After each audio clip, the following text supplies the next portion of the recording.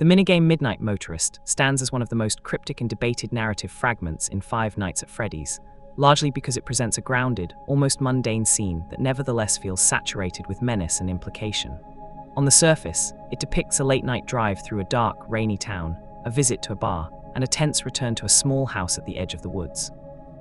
Yet the simplicity of its visuals hides a dense network of symbolism, character implication, and thematic resonance. Unlike other minigames that rely on overtly supernatural imagery or explicit violence, Midnight Motorist is unsettling precisely because it feels real. It portrays anger, neglect, secrecy, and something wrong lurking just beyond the edge of what is shown, which makes it one of the most narratively powerful segments in the series. The tone is established immediately through the color palette and atmosphere. The world is dark, wet, and isolated, with the constant rain creating a sense of emotional heaviness and stagnation. Rain in this series often accompanies moments of death or moral decay, and here it reinforces the idea that this is not a neutral night, but one weighed down by past actions and unresolved guilt. The player controls a small orange car, and the act of driving itself feels aimless, as if the character is circling the same emotional state rather than moving forward. There is no sense of discovery or adventure, only obligation and irritation.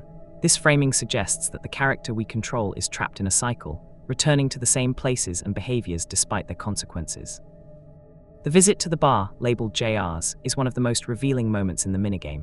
The refusal of entry, accompanied by the bouncer's dismissive dialogue, implies that the driver is a known problem, someone whose presence is unwanted and whose behavior has crossed a line before. This moment is important because it establishes the character not as a misunderstood figure, but as someone who has a history of aggression or instability. The choice to include this interaction rather than simply blocking the entrance silently is deliberate. It characterizes the driver as volatile and reinforces the idea that whatever happens later is not an isolated incident, but part of a broader pattern of behavior.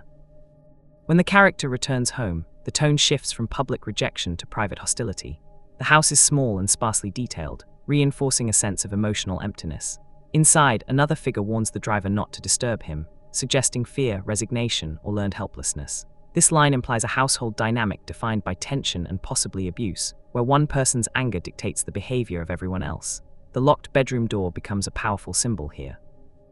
It represents both physical and emotional barriers, a child or vulnerable person retreating inward to escape conflict. The driver's response is not concern but anger, indicating a lack of empathy and a need for control rather than understanding. The most haunting element of the minigame appears outside the house, the broken window and the set of footprints leading away into the woods. This is the moment where Midnight Motorist transcends domestic drama and becomes something far more disturbing. The footprints are not normal, they are three-toed, unmistakably inhuman, and they suggest that whatever lured the child away was not simply an act of rebellion or escape. The fact that the window is broken from the outside implies intrusion rather than flight, raising the possibility of manipulation, deception, or predation. Importantly, the driver's reaction is not panic or fear, but anger and frustration, as if the child's disappearance is an inconvenience rather than a catastrophe. This emotional response reframes the event as the culmination of neglect rather than a sudden tragedy. The woods themselves are a recurring symbol in the series, often representing the unknown, the hidden, and the place where truth is buried. Leading a child into the woods is metaphorically equivalent to leading them into danger, secrecy, and erasure. Midnight Motorist never shows what happens next, and that absence is crucial. By refusing to depict the outcome, the minigame forces the player to sit with uncertainty, mirroring the way the story withholds clear answers. The horror is not in what is shown, but in what is implied, and the player is left to connect this moment to later disappearances, hauntings, and cycles of violence. What makes Midnight Motorist especially significant is how it reframes the series, larger narrative through a human lens. Rather than focusing on animatronics or haunted locations, it centers on choices, failures, and emotional neglect. It suggests that the roots of the supernatural horror lie in very ordinary cruelty and indifference. The monsters do not emerge from nowhere. They are born from environments where children are unheard, unsafe, and unloved. In this way, the minigame argues that the true horror is not the animatronics themselves, but the human actions that made them possible. Ultimately, Midnight Motorist resists a single, clean interpretation, and that resistance is its greatest strength. It functions as a fragment of memory, a glimpse into a night that changed everything without fully revealing how or why. Its ambiguity invites endless analysis because it feels like a missing puzzle piece that almost fits too many places at once. Rather than answering questions, it deepens them, grounding the series, mythology in emotional realism and moral discomfort. Midnight Motorist is not about spectacle or shock, but about the quiet, devastating consequences of anger, secrecy, and neglect, and that makes it one of the most unsettling moments in Five Nights at Freddy's. One of the most striking and easily overlooked elements in Midnight Motorist is the small hidden grave located deep in the woods, a detail that radically reframes the minigame once it is discovered. Unlike the broken window and footprints, which are directly tied to the house and the missing child, the grave is optional to find, requiring the player to deliberately veer off the path and explore the darkness. This design choice is important because it mirrors the narrative function of the grave itself. It represents a truth that is not immediately visible, something buried both literally and metaphorically, and something the story does not force the player to confront unless they actively seek it out. The grave's isolation, combined with the lack of any marker or explanation, makes it feel secretive and wrong, as if it was never meant to be found at all. The most widely discussed possibility is that the grave belongs to a child, potentially one connected to the events hinted at throughout the minigame. The timing and context strongly suggest that the grave predates the night being shown, which means it is not the immediate result of the child who escaped through the window. Instead, it feels like a lingering consequence of an earlier crime, one that still casts a shadow over the present. If the driver is responsible for the grave, then Midnight Motorist becomes not just a story about neglect or anger, but about someone attempting to resume a normal life after committing an unforgivable act. The mundane routine of driving, drinking, and returning home becomes deeply unsettling when viewed through that lens, because it implies a person capable of burying a child and then continuing on as if nothing truly matters anymore. Another interpretation is that the grave belongs to a child closely connected to the family, possibly a sibling or someone whose death destabilized the household.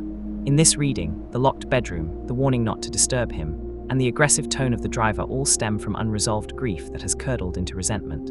The grave in the woods represents the emotional core of that grief, something that has been physically and emotionally buried rather than processed. The child who escaped through the window may have been drawn out by something familiar, possibly connected to the one who is buried, suggesting a cycle where loss begets loss. The possibility that the grave scene in Midnight Motorist belongs to William Afton's wife is one of the most emotionally grounded and thematically consistent interpretations of the minigame, even though it remains unconfirmed. What makes this theory compelling is not a single explicit clue, but how well it aligns with the behavioral, environmental, and emotional details presented. Midnight Motorist is fundamentally about domestic collapse rather than spectacle, and placing Afton's wife in the grave reframes the minigame as a portrait of a family already broken long before the more overt horrors of the series unfold.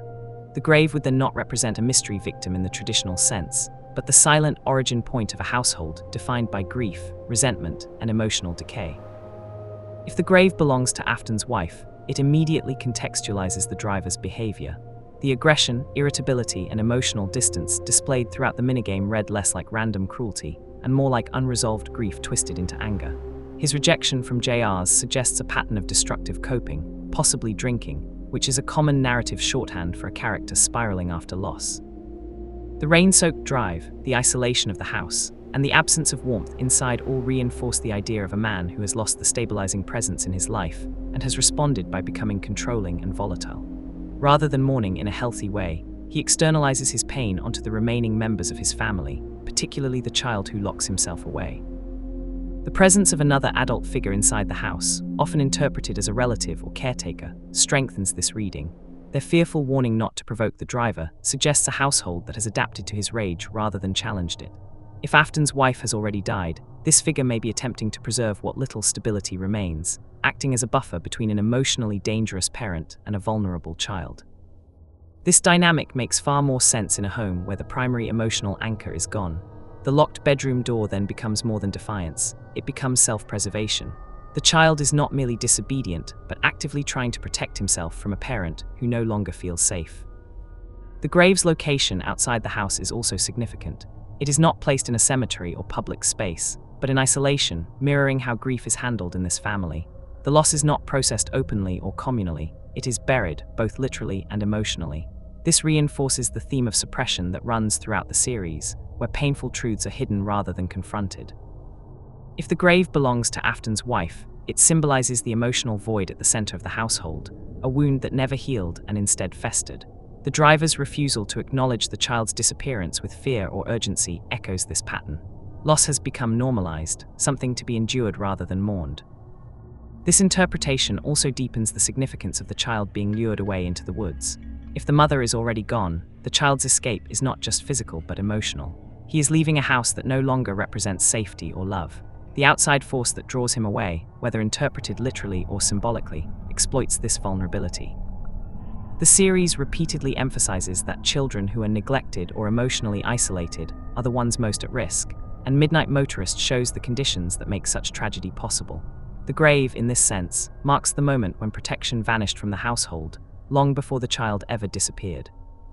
Importantly, the idea that the grave belongs to Afton's wife does not require the minigame to explicitly state it. The series often relies on implication rather than confirmation, especially when dealing with emotional backstory. A named grave or a visible body would undermine the subtlety of the scene. Instead, the ambiguity allows the grave to function as a narrative catalyst rather than a plot reveal. It explains behavior without excusing it, showing how loss can distort a person without absolving them of responsibility. Afton's cruelty is not justified by grief, but it is contextualized, making him more disturbing rather than more sympathetic.